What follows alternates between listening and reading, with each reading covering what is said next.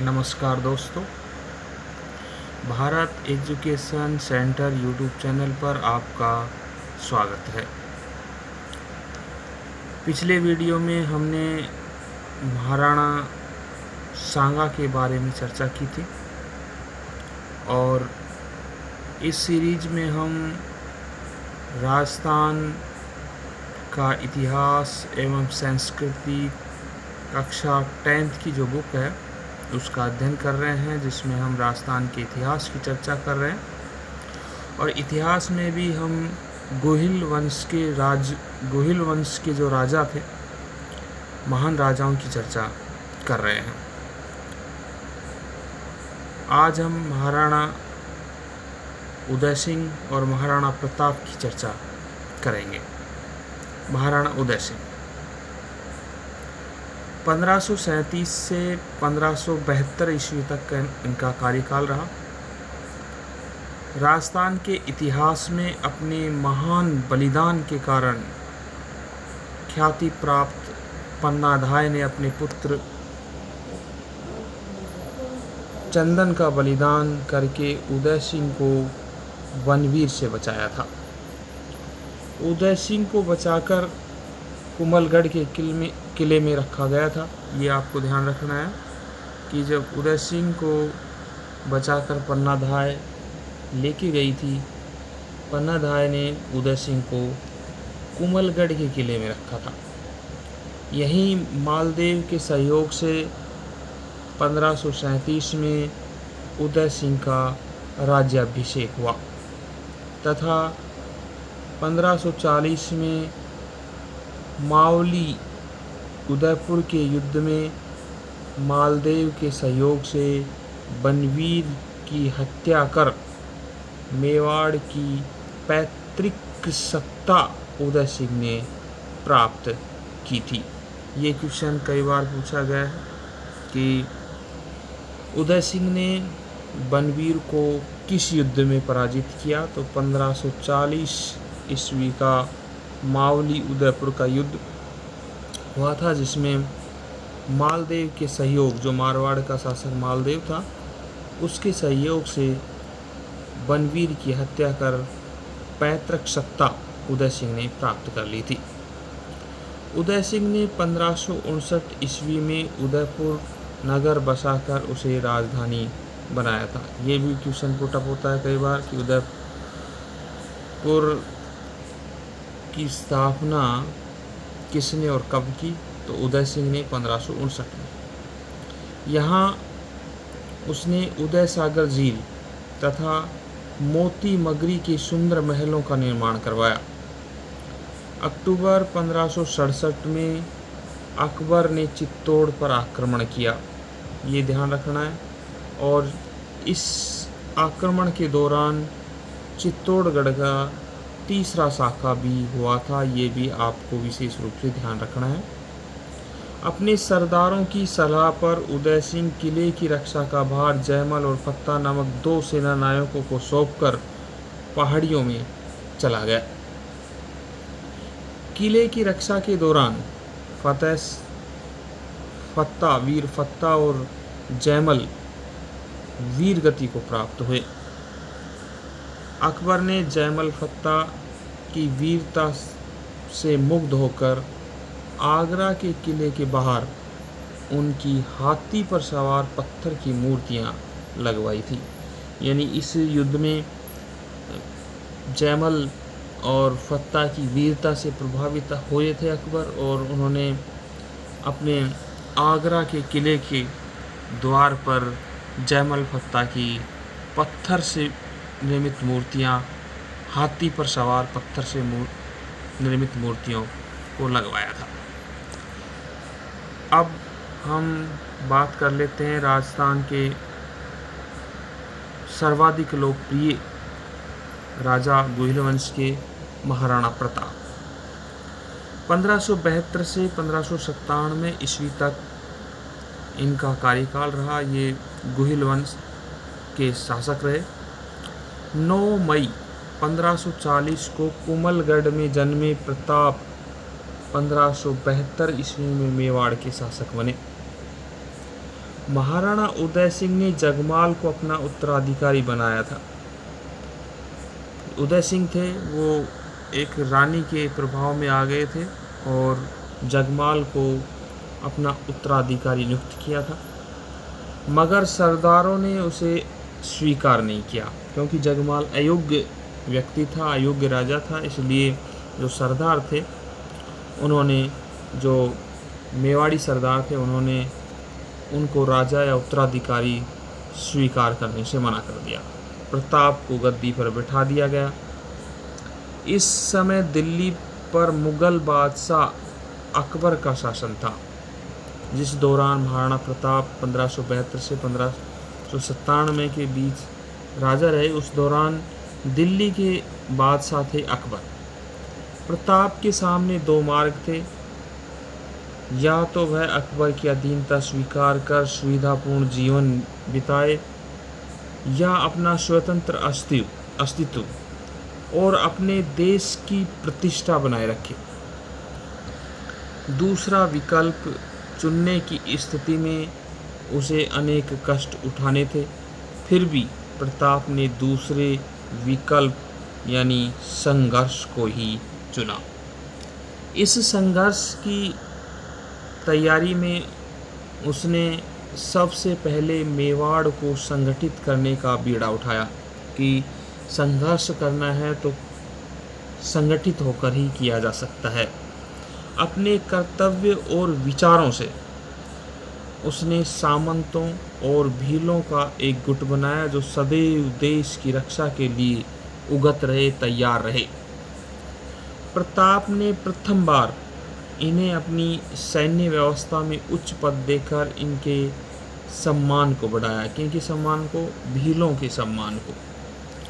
मुगलों से बचकर युद्ध का प्रबंध करने के लिए, नेक्स्ट पेज ले लेते हैं।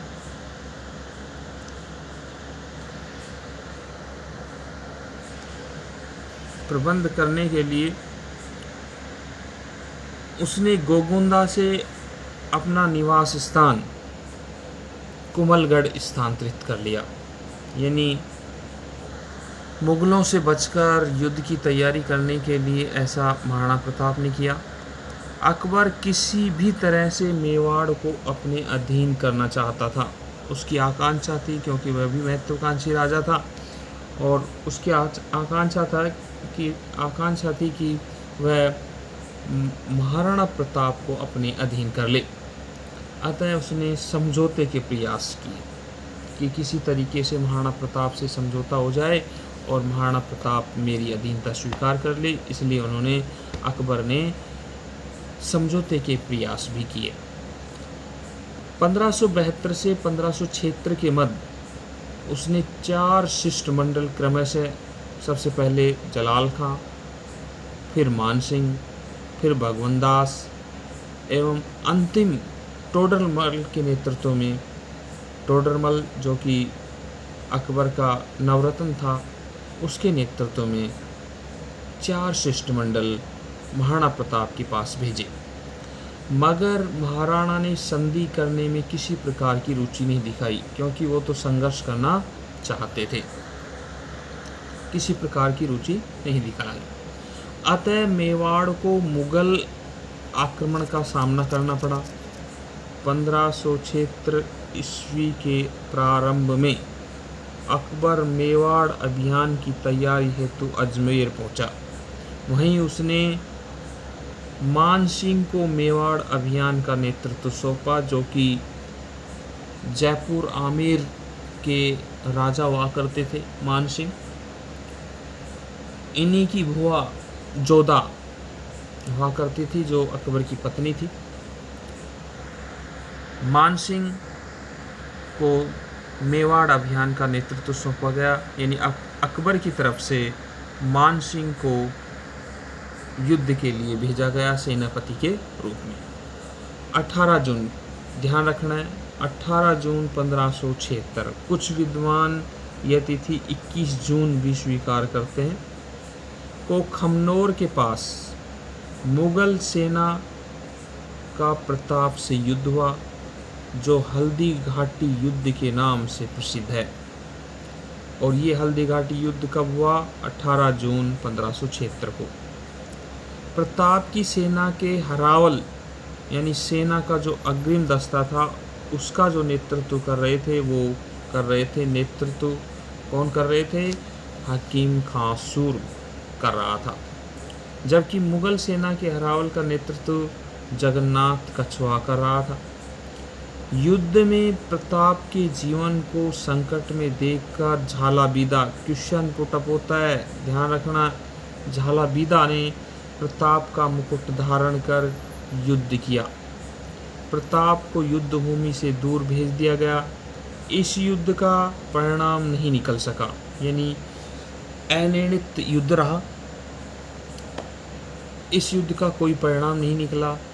अकबर का उद्देश्य पूरा नहीं हो सका, क्योंकि अकबर ये चाहता था या तो महाराणा प्रताप को बंदी बनाया जाए, या महाराणा प्रताप को पराजित किया जाए, या फिर मेवाड़ को अपने अधीन कर लिया जाए। हल्दी घाटी युद्ध के बाद महाराणा प्रताप ने पहाड़ों में रहते हुए वहीं से मुगलों को परेशान करने के लिए धावे मारना शुरू कर दिया। इस युद्ध को अबुल फजल ने खमनोर का युद्ध कहा है। कई बार क्वेश्चन पुटअप होता है कि अबुल फजल ने खमनोर का युद्ध किस युद्ध को कहा है? तो हल्दी घाटी युद्ध को ही उन्होंने क्या कहा है? खमनोर का युद्ध कहा है। जबकि बदायूनी के अनुसार गोगुंदा का युद्ध, हल्दी घाटी के युद्ध को ही गोगुंदा का युद्ध कहा गया है। जबकि जेम्स टोड ने हल्दी घाटी का युद्ध कहा था। इतिहासकारों ने हल्दी घाटी युद्ध को बहुत से नामों से पुकारा है, जैसे कि अबुल जो फजल थे उन्होंने खमनोर का युद्ध, बदायूनी ने गोगुंदा का युद्ध और जेम्स टोड ने हल्दी घाटी का युद्ध कहा था। नेक्स्ट, कुछ महत्वपूर्ण फैक्ट भी यहाँ दिए गए हैं कि क्या आप जानते हैं हल्दी घाटी नाम हल्दी रंगी मिट्टी के कारण नहीं पड़ा। ऐसी मिट्टी यहाँ है भी कहाँ? लाल, पीली और काली 3 रंगों वाली मिट्टी है। फिर हल्दी घाटी नाम क्यों दिया गया? इसका एकमात्र कारण यह है कि यहाँ हल्दी चढ़ी कई नवविवाहिता पुरुष वेश में लड़ मरी थी, यानी बलिदान हो गई थी।